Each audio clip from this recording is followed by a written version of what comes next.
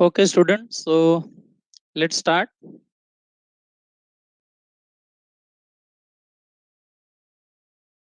So, बच्चों last lecture, unit number 5, we started with unit number 5, okay? And we were discussing the breach of contract. Just I revise within 5 minutes. बच्चों, breach of contract means when either party of a contract breaks their promise. यानी party जो होते हैं contract के, उसमें से कोई भी एक पार्टी जब अपना प्रॉमिस या अपना ऑब्लिगेशन पूरा नहीं करता या पूरा करने से बरोबर है मना कर देता है, बरोबर है, या अपना परफॉर्मेंस पूरा नहीं करता, तो हम क्या कहेंगे कि दैट पर्सन या that party has committed breach of contract. Okay, that party has committed breach of contract. And as you know, when one party commits breach of contract, contract तोड़ता है या contract cancel करता है, तो other party जो है उसको legal remedy मिलता है. आपको याद है बच्चों, कॉन्ट्रैक्ट का हमने डेफिनेशन पढ़ा था फर्स्ट लेक्चर में. What is contract? एनीवन? एक लाइन का एग्जांपल था. What is contract?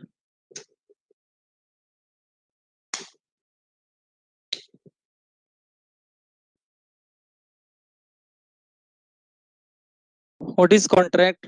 An agreement enforceable by law. याद आया?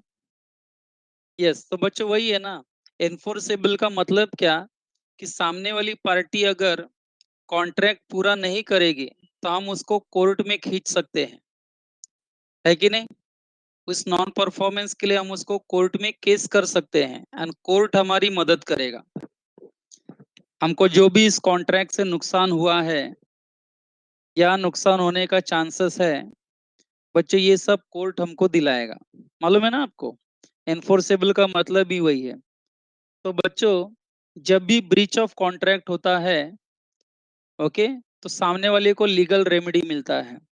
एंड सबसे जबरदस्त लीगल रेमेडी है कि जिस पार्टी को लॉस हुआ है ये ब्रीच ऑफ कॉन्ट्रैक्ट करने से, वो पार्टी क्या क्लेम कर सकती है? टाइप करो. क्या क्लेम कर सकती है?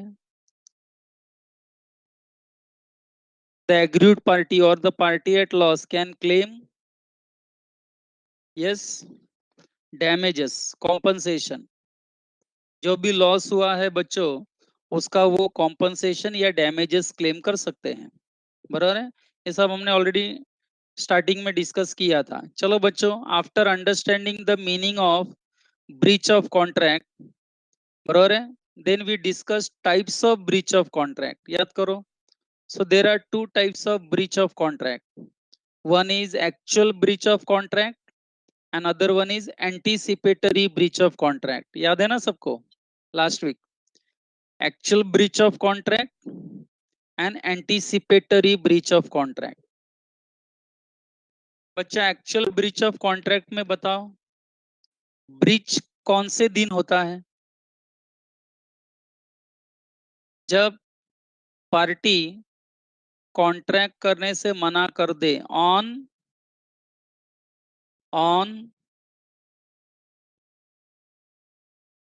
Due date, performance date.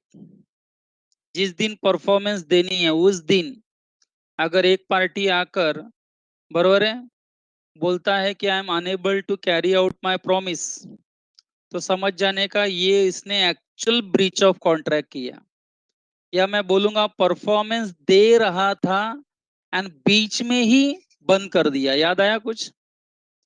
Performance, during performance, यानी काम हो रहा था एंड बीच में ही कोई काम बंद कर देना, that is also called as actual breach of contract. And बच्चों, what do you mean by anticipatory breach of contract? तो बच्चों, when one party breaks the contract before due date, before specified date of performance, जिस दिन बच्चों performance देनी थी उसके बहुत पहले या उससे पहले जब कोई पार्टी अपना कॉन्ट्रैक्ट कैंसिल कर देता है तो हम उसे एंटीसिपेटरी ब्रीच ऑफ कॉन्ट्रैक्ट कहते हैं। तो बच्चों, this was the legal point we have discussed last lecture with the help of examples also. Okay, if you recall it. बच्चों, today we are going to discuss I think remedies for breach of contract. Okay, आपके screen पर आ गया, देखो diagram. ये मैंने shortcut में बताया भी था आपको। सूट फॉर क्वांटम मेरिट ये डिस्कशन करना है, पूरा डिटेल में आएगा।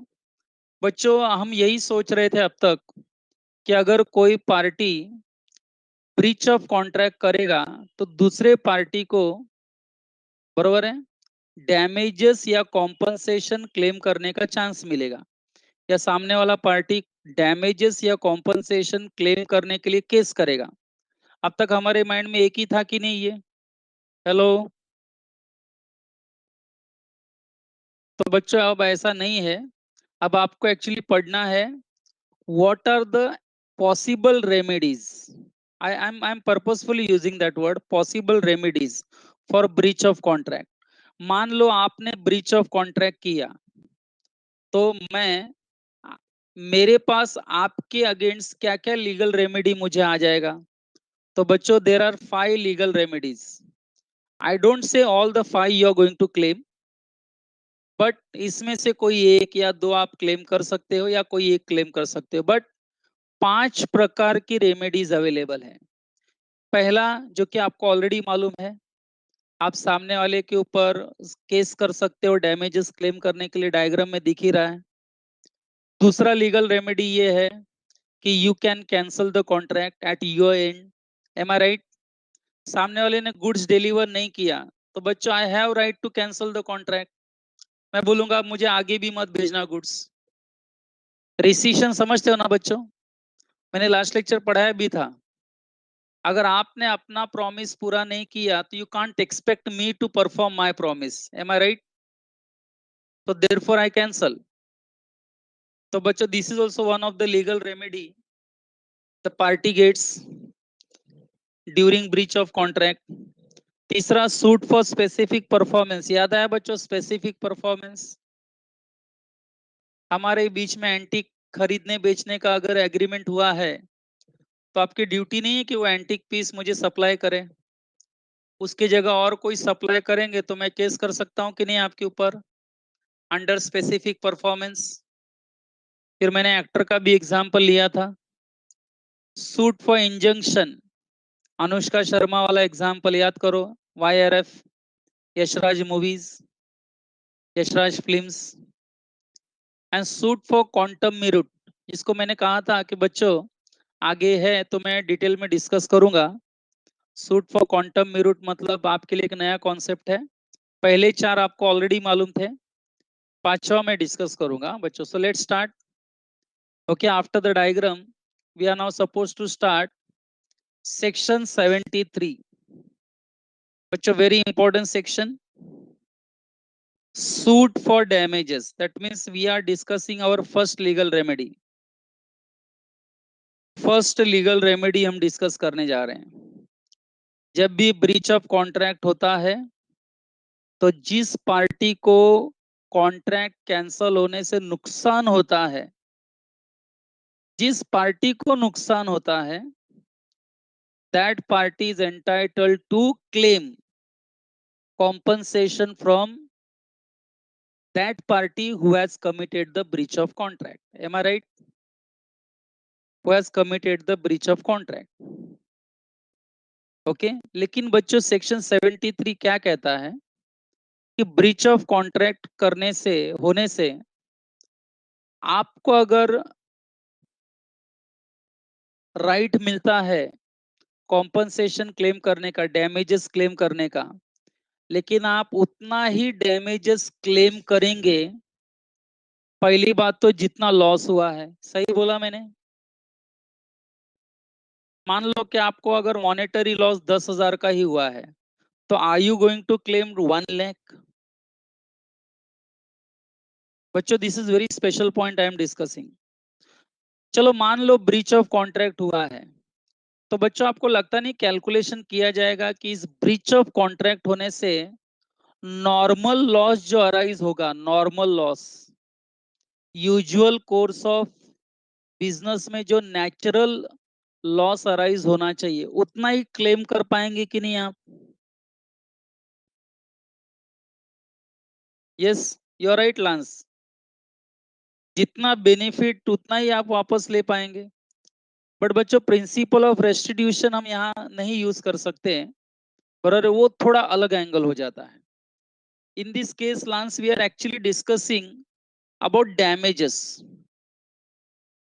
ओके, डैमेजेस कि इस कॉन्ट्रैक्ट के पूरा नहीं होने से मुझे नेचुरली जो लॉस हुआ है, only that loss I can claim from you. Okay, अब मैंने कैलकुलेट किया, मुझे लगा कि मुझे जो नेचुरल लॉस हुआ है ये ब्रीच ऑफ कॉन्ट्रैक्ट करने से वो 10,000 का लॉस हुआ है, तो I can claim only 10,000 from you, not more than 10,000, just because I have got legal remedy for claiming damages. That doesn't mean I may claim any hampy dampy amount. है कि नहीं? ऐसा हो सकता है क्या? नो बच्चों। तो वही सेक्शन 73 आपको बोलने का कोशिश करता है। सेक्शन 73 क्या कह रहा है, समझ में आ गया ना बच्चों? सेक्शन 73 क्या बोलने की कोशिश कर रहा है? Is that okay? चलो अब रीड करके समझने की कोशिश करते हैं। बच्चों मुझे ये बताओ एक और बात, can you claim such type of loss which is actually not related to your contract, which is actually not related to your contract? Can you claim such type of? No. Brother, which is remote loss, which has nothing to do with your contract? बच्चों ऐसे loss आप claim ही नहीं कर सकते, पहली बात तो उसको बाजू में ही रखिए। बरोबर है? ये कॉन्ट्रैक्ट टूटने से जो नेचुरली लॉस अराइज हुआ है या हो सकता है, only you have the right to claim that. But my extra question to you बच्चों, माय एक्स्ट्रा क्वेश्चन, अगर ये ब्रीच ऑफ कॉन्ट्रैक्ट से आपको कोई लॉस हुआ ही नहीं तो? मान लो चलो कोई लॉस नहीं हुआ है, कोई लॉस हुआ ही नहीं आपको, अगर ऐसा प्रूव हो जाए कि due to breach of contract, other party ने जो ब्रीच ऑफ कॉन्ट्रैक्ट किया उससे एक्चुअली आपको कोई लॉस हुआ नहीं है in the normal course of business, तो बच्चों when you are not incurred any loss due to breach of contract, you have no right to claim any damages. यानी कितनी सारी बच्चों रूल्स आ रहे हैं देखो आपके सामने, यानी कितना डीपली आपको ये समझना पड़ेगा, अदरवाइज मार्क्स जाएगा बच्चों, स्पेशली सीएस स्टूडेंट्स का। जब ये एमसीक्यूज के जरिए आता है ना तो it becomes little bit difficult. Very near answer क्या है ना, ये निकालने को जरा टेंशन हो जाता है हमको। सभी आंसर्स वेरी नियर आंसर्स होते हैं एमसीक्यूज में, and sometimes they are facing the difficulty in answering correct option. Okay, सो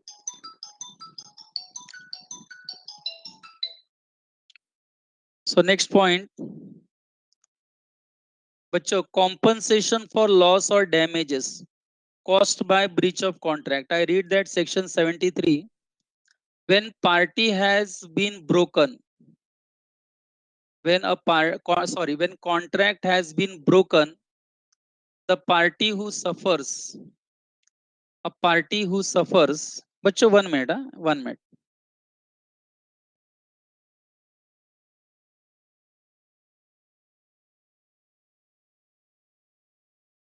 बच्चों मैं 2 मिनट में मिलता हूँ आपको।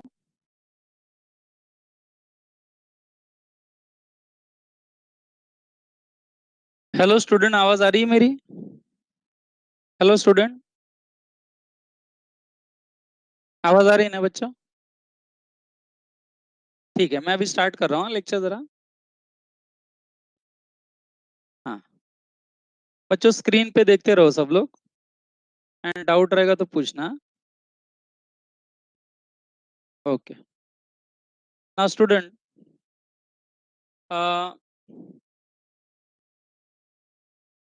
आई थिंक सेक्शन 73 में स्टार्ट कर रहा हूँ।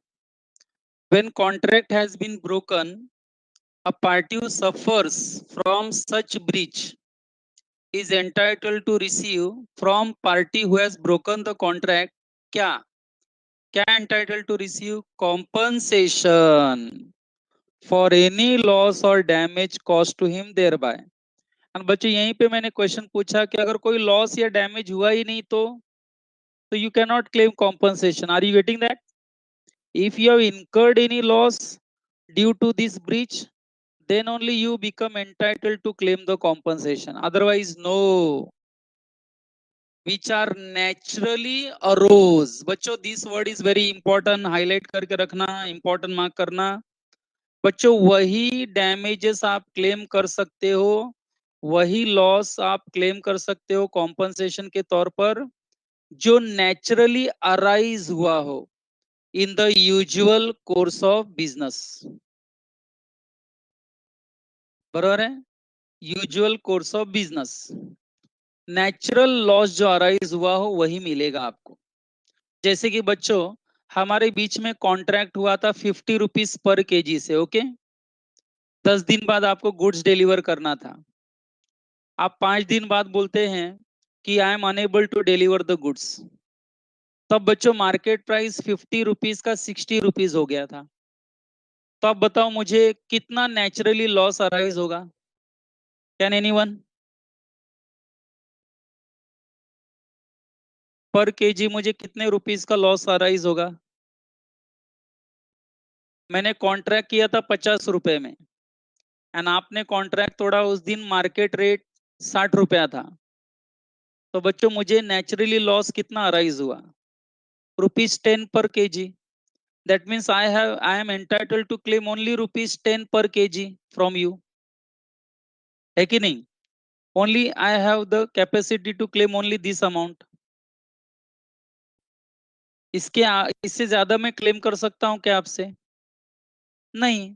लॉ वही सेक्शन 73 वही कहना चाहता है कि only loss which is naturally arising in the usual course of things from such breach or which party knew when they made the contract to be likely to result from breach of it. And कभी कभी बच्चों contract करते समय दोनों पार्टियों को clear रहता है, इट इज क्लियर, दोनों पार्टियों को क्लियर रहता है कि हम अगर ब्रीच ऑफ कॉन्ट्रैक्ट करेंगे तो हमको इतना लॉस होगा. लॉस पहले से ही क्लियर रहता है उनको, तो वो एक दूसरे को देने को तैयार हो जाते हैं क्योंकि उनको पहले से ही मालूम रहता है कॉन्ट्रैक्ट करते समय कि अगर ब्रीच ऑफ कॉन्ट्रैक्ट हुआ तो इतना डैमेजेस क्लेम करना है. Okay, next line, such compensation is not to be given. बच्चों this line is again very very important. Such compensation is not to be given for any remote, जो आपके contract से दूर दूर तक रिलेशन नहीं. आप वो भी लॉस क्लेम करोगे क्या सामने वाले पार्टी से कि चलो अभी मिला है बकरा हाथ में, अभी क्लेम कर लो सब इससे? ऐसा होता है क्या? नहीं. देखो, कॉन्ट्रैक्ट से रिलेटेड ही लॉस आप क्लेम करेंगे. कोई रिमोट लॉस होगा या इनडायरेक्ट लॉस होगा जिसका कॉन्ट्रैक्ट से कोई संबंध नहीं है, ऐसे लॉसेस आप क्लेम नहीं कर सकते. क्लियर कट लिखा है, they are not to be claimed. So remote losses और indirect losses are not to be claimed. That is the important point. तो बच्चों मैंने अब तक जो पढ़ा that was regarding actual contract. But do you know there are some obligations which are as good as contract. उसको हम क्या कहते हैं? Can anyone type that? In real sense they are not contract but they are treated as contract. उसको मैंने पढ़ाया था. हाँ, quasi contracts. Very good अभिशंकर, जबरदस्त. quasi contracts बच्चों actually they are not real contracts. They are only the obligation imposed by government. मालूम है ना आपको? They are one sort of obligations imposed by government. quasi contract. बच्चों my question is कि किसी quasi contract में भी अगर कोई व्यक्ति अपना ऑब्लिगेशन पूरा नहीं करता तो वो भी ब्रीच कर रहा है ऐसे ही माना जाएगा कि नहीं? हेलो,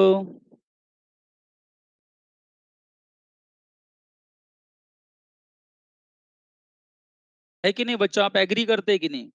मान लो बच्चों कोई कॉजी कॉन्ट्रैक्ट है, जो कॉन्ट्रैक्ट नहीं है रियल सेंस में, लेकिन लॉ उसको कॉन्ट्रैक्ट मानता है।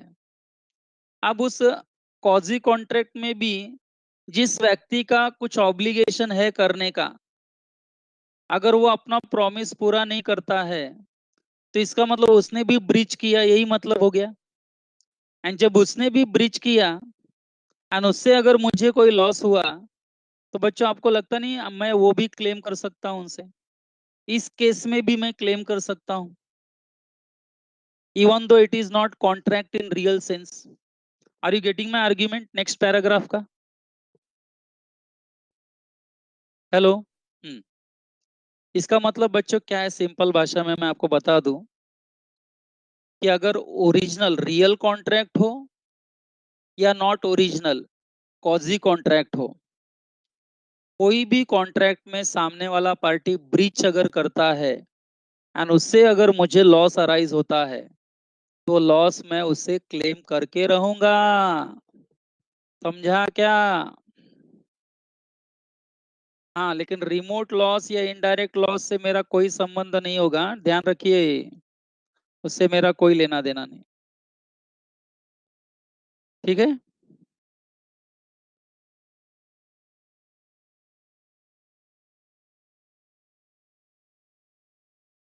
ओके, चलो। नाउ बच्चों मैं नेक्स्ट पैराग्राफ पढ़ता हूँ। After understanding that quasi contract concept, बच्चों नेक्स्ट हेडिंग देखो क्या लिखा, compensation for failure to discharge obligation resembling those created by contract. अब आप बोलेंगे सर आपको क्वाज़ी कॉन्ट्रैक्ट कहाँ दिखाई दिया? हमको तो नहीं दिखाई दिया। तो बच्चों क्वाज़ी कॉन्ट्रैक्ट का डेफिनेशन ही यही है, resembling those created by contract, means they are as good as contracts. They are not real contracts, but they are। पढ़ाई के लिए मेहनत तो सब करते हैं, लेकिन स्मार्ट स्टडी कौन करता है? प्री एग्जाम ऐप के साथ बनाइए अपनी तैयारी super smart. Pre exam app देता है वाइड रेंज के एग्जाम्स की तैयारी, जैसे JEE, NEET, CAT, CA foundation, CS CET, banking, railway, SSC, MBA entrance, SYJC, com, TYB com और भी बहुत कुछ।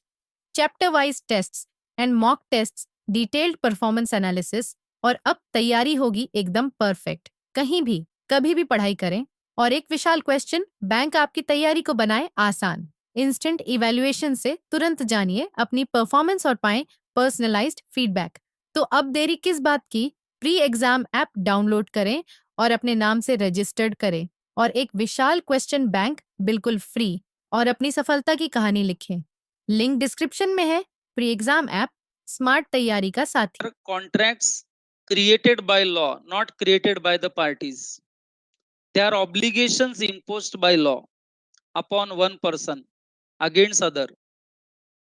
ओके, तो मुझे ये लाइन से पता चला कि ये कॉजी कॉन्ट्रैक्ट के बारे में बात कर रहे हैं। एंड बच्चों यूनिट नंबर 6 में, इसके बाद वाली यूनिट में, जो कि लास्ट यूनिट होगा इंडियन कॉन्ट्रैक्ट एक्ट का, उसमें बच्चों हम कॉजी कॉन्ट्रैक्ट्स पूरा डिटेल में पढ़ने वाले हैं। कम से कम 5 या 6 एग्जाम्पल्स हम पढ़ेंगे कॉजी कॉन्ट्रैक्ट्स के।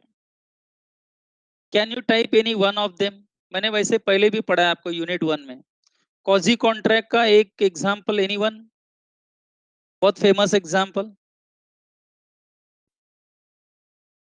Finder of lost goods, very good Abhishankar, जबरदस्त। ऐसे बच्चों, and even minor, necessary supply to minor, याद है? वो भी इसी में आता है बच्चों, कॉजी कॉन्ट्रैक्ट्स में आता है। तो बच्चों ऐसे हम बहुत सारी चीजें पढ़ने वाले हैं। Anyway I am very happy that you remember some part of it. चलो बच्चों मैं रीड करता हूँ। When an obligation resembling those created by contract has been incurred and has not been discharge, अगर किसी ने अपना ऑब्लिगेशन पूरा नहीं किया, डिस्चार्ज नहीं किया, any person injured by failure to discharge, and जिस व्यक्ति को ये ऑब्लिगेशन पूरा न होने से नुकसान हुआ है, is entitled to receive the same compensation from the party in default as if such person had contracted to discharge it and had broken his contract. मतलब हमको उसी तरह से ये लेना पड़ेगा जैसे मान लो कि दोनों के बीच में रियल कॉन्ट्रैक्ट होता एंड वो टूटता एंड उसमें सामने वाला कॉम्पनसेशन मांगता, उसी हिसाब से इसको भी हम एजम्पशन करके चलेंगे। कुछ क्लियर हुआ पैराग्राफ बच्चों? यस, जरा यस नो में रिस्पॉन्स देते रहो। तो बच्चों first paragraph was for actual contract and second paragraph was regarding quasi contract, but discussion remains same. Okay, discussion remains same. And बच्चों ये दोनों को लेकर थोड़ा एक्सप्लेनेशन दिया है उन्होंने 2 लाइन का, एंड फिर एनालिसिस करेंगे हम सेक्शन 73 का। एक्सप्लेनेशन मतलब क्या? सेक्शन 73 के लॉ को सपोर्टिंग कुछ और वो बताना चाहते हैं। सेक्शन 73 में उन्होंने जो बोला कि नहीं, उससे थोड़ा और सपोर्टिंग में उनको कुछ और बताना है। अब उनको क्या बताना है बच्चों? Let us read explanation to section 73, only 2 line. Can you see that in the screen? Hello? Okay, okay student. In estimating the loss, बच्चों what do you mean by estimating? Calculating.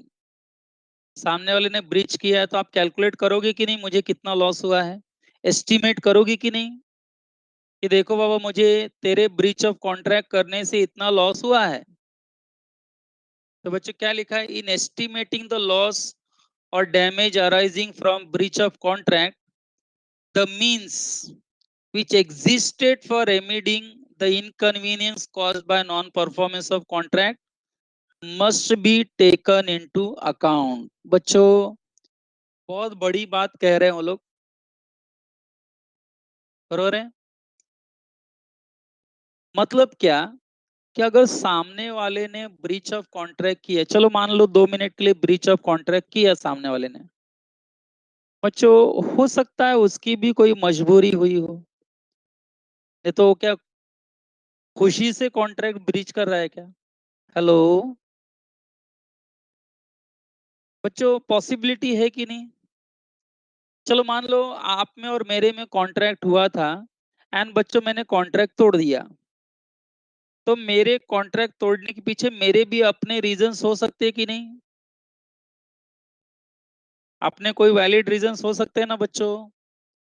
तो आपका काम क्या है कि आप जब मेरे से डैमेजेस क्लेम करें तो आप मेरे कारण भी सुन लीजिएगा,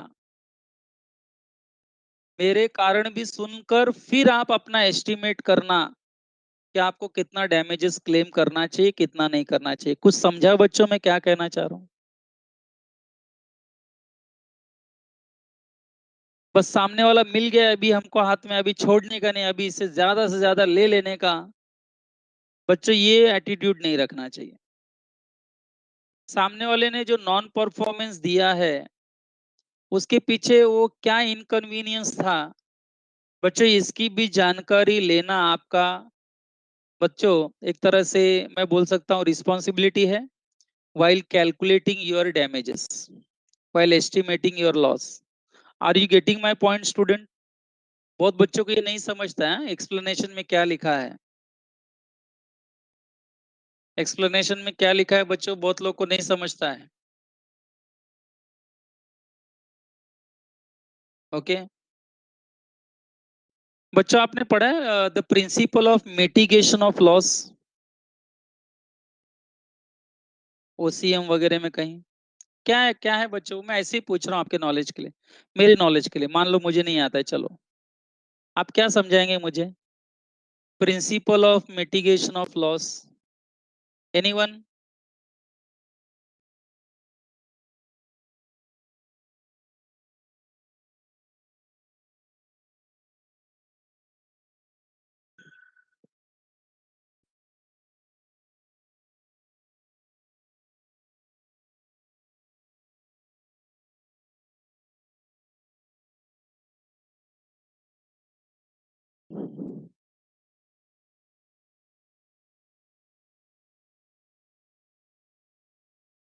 लॉस जितना,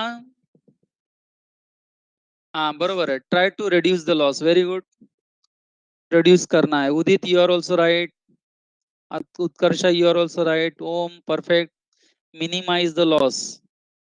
बच्चों आपका भी तो ड्यूटी है ना कि आपने अपना लॉस मिनिमाइज करना चाहिए। सामने वाला देने वाला ही है, हम उससे क्लेम करेंगे इसका मतलब कितना भी लॉस होने देने का क्या, नहीं है कि नहीं, आपको भी मिनिमाइज करने का जरूरत है, बरोबर है। चलो मैं इसके ऊपर बहुत अच्छा एग्जाम्पल दूंगा, देने वाला हूं आपको थोड़ी देर में, आपको देखो लाइफ लॉन्ग याद रहेगा वो एग्जाम्पल। हाँ चलो आगे। बच्चे एक्सप्लेनेशन 73, एक्सप्लेनेशन टू सेक्शन 73 एक बार वापस रीड करता हूँ, देखो 100% कंफर्म होना चाहिए। हाँ, ये difficult two lines.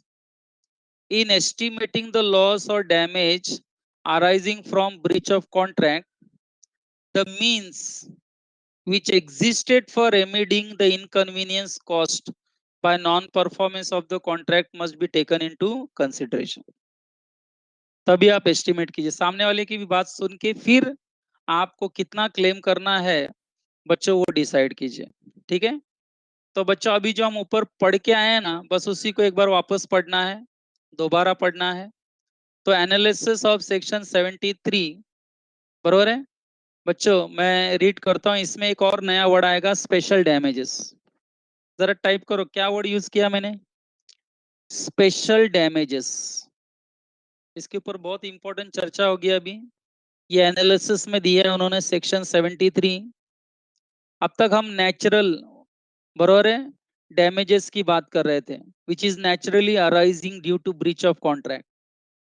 Now we will concentrate also on special damages, कि ये स्पेशल डैमेजेस क्या है, which are not ordinary damages, है कि नहीं। नेचुरली जो अराइज होता है वो ऑर्डिनरी डैमेजेस है, वो तो क्लेम करना ही है आपको। But what about special damages, will discuss that, okay. बच्चों एनालिसिस क्या कह रहा है, देखो सेक्शन 73 का, the act in section 73 has laid down the rules as to how the amount of compensation is to be determined, बरोबर है। Compensation कैसे डिटरमाइन करेंगे बच्चों वो देखना है हमको, ओके। सो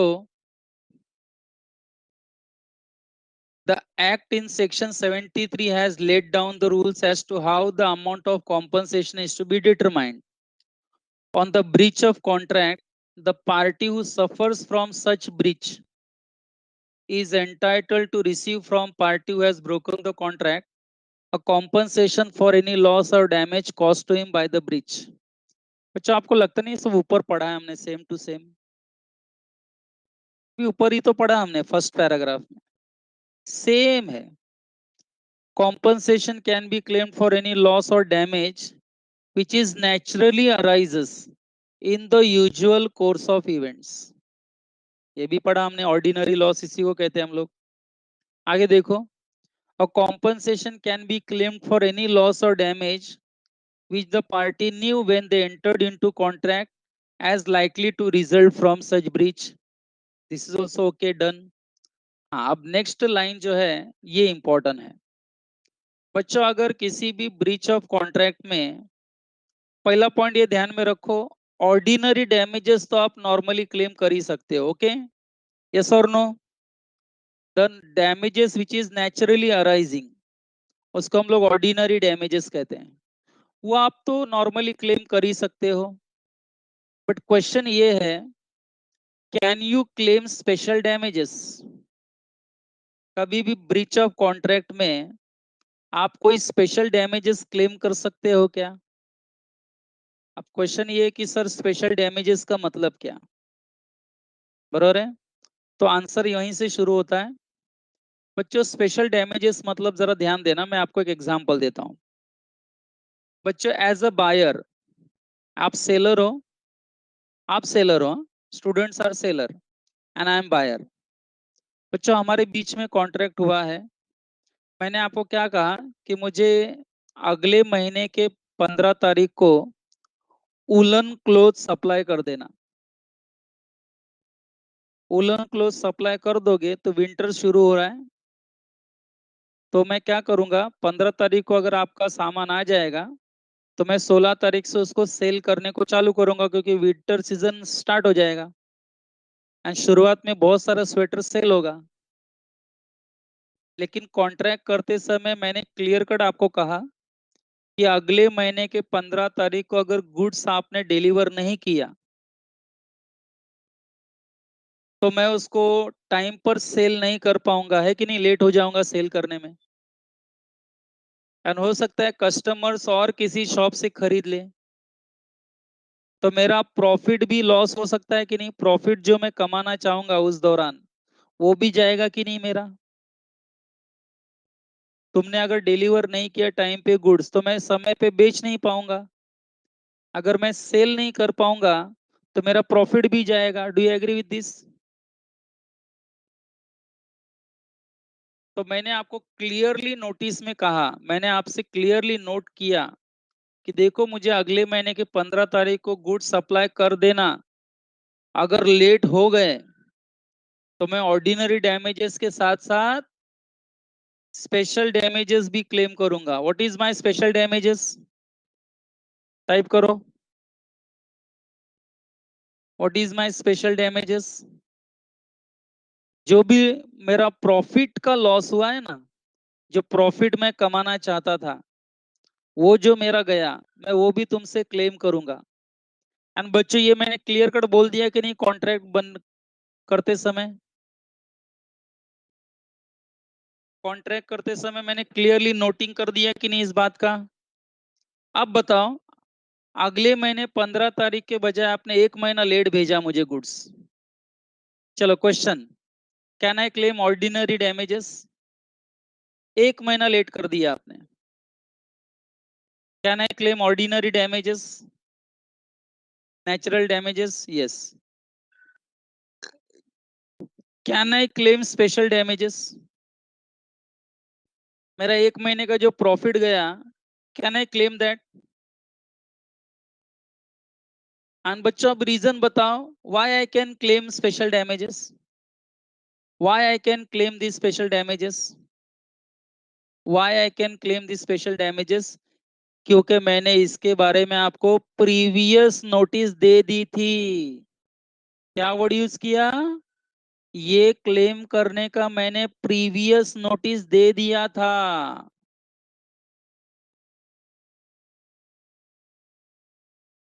अभिशंकर नहीं, ordinary damages are separate, different and special damages are different. Okay, yes, मैंने इसके बारे में आपको प्रायर इंफॉर्मेशन दे दी थी। लेकिन बच्चों my next question, special damages के बारे में अगर मैंने प्रायर इंफॉर्मेशन नहीं दी होती, प्रीवियस नोटिस नहीं दी होती, तो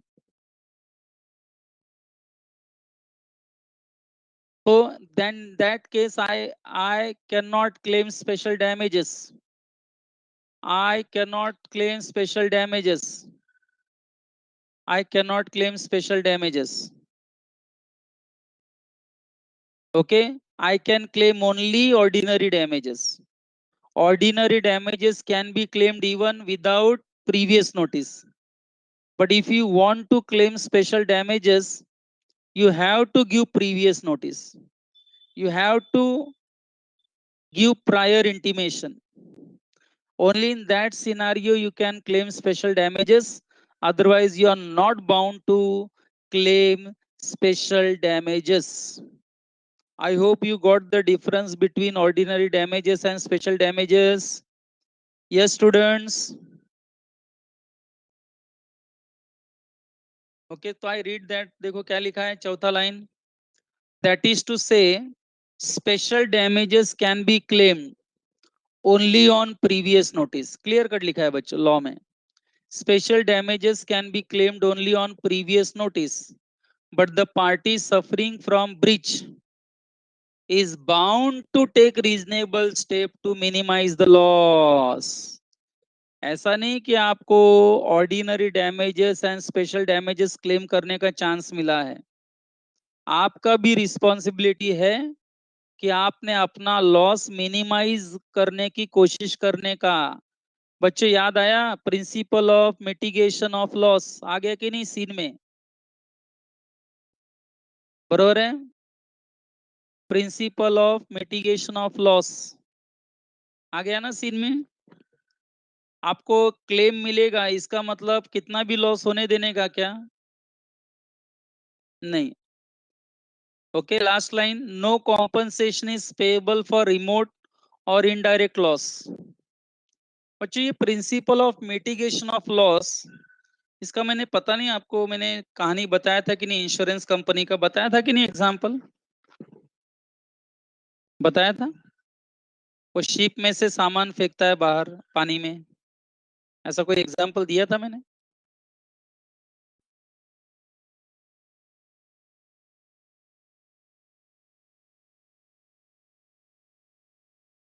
ओके बच्चों जरा 2 मिनट सुनो, 2 मिनट जरा अच्छे से सुनो, एंड इसको भी है ना आप लोग एकदम लाइफ लॉन्ग याद रखो। बच्चों क्या बोल रहा हूँ जरा देखो, हाँ ध्यान से। बच्चों एक व्यक्ति बिजनेसमैन, वो क्या करता था, बहुत सारा सामान, कार्गो, बड़ी शिप होती है मालूम है ना,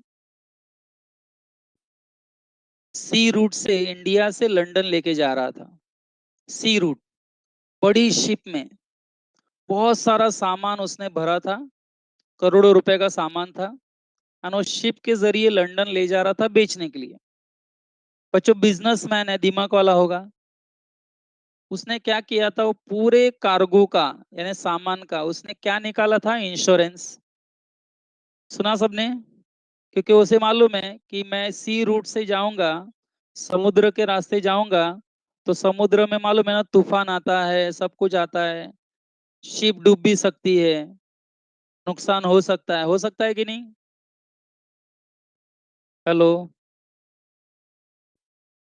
हाँ, तो उसने इंश्योरेंस निकाला था बच्चों, एंड वो अपना सामान सी रूट से मुंबई पोर्ट से लंदन पोर्ट लेके जा रहा था।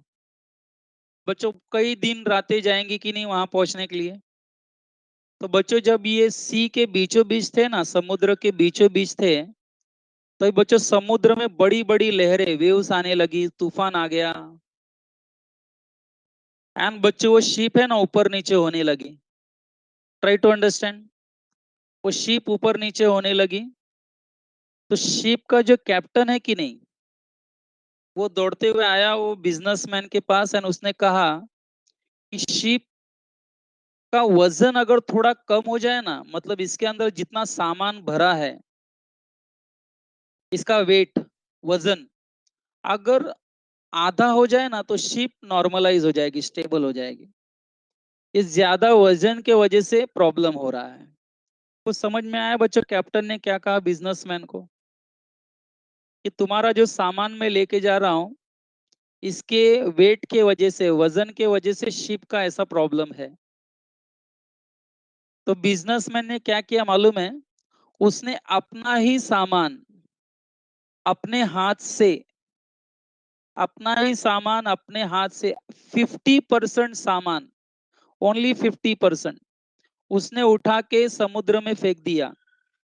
कुछ समझा क्या हुआ?